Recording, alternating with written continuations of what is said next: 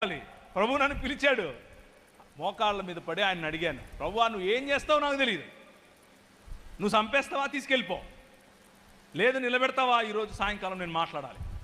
నూరే కలాం కొన్ని వేల మంది ఆ రోజు ఆ గ్రౌండ్లో ఉన్నారు. వారు ఎదుట నిలబడుకొని ఈ సాక్ష్యం చెబుతూ మరి మాట్లాడాను. నొప్పి లేదు, బాధ లేదు, భయం లేదు. ఉంటే నీకోసం సస్తే నీకోసం అన్నట్లుగా అక్కడ దాన్ని ఏమంటారు రగిలిపోయి మాట్లాడాను.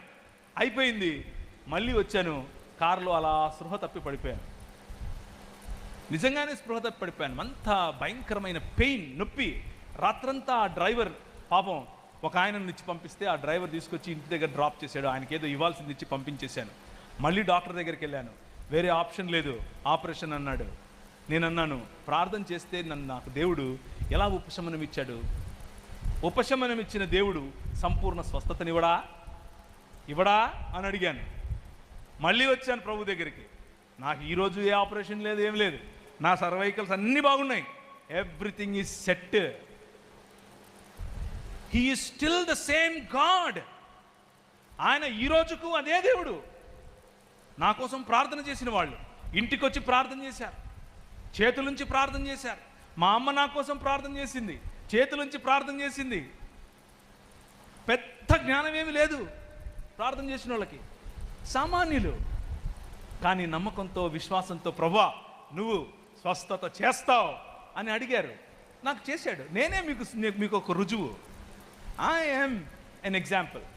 God still heals people and God still uses people to heal.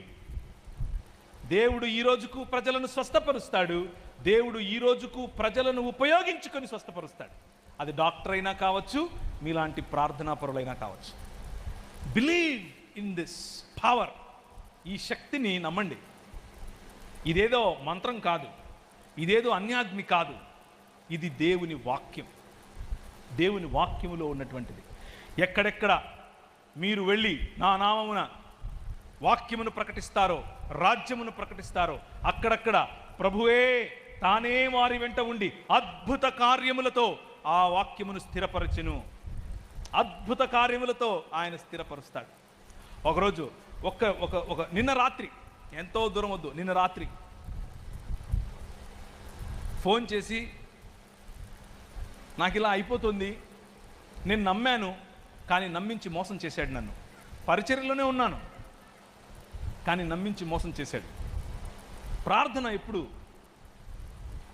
ఆయన ప్రార్థన చేస్తాడు. ప్రార్థన చేసుకుంటూ మనం కలిసి ఉందాం అని చెప్పాడు.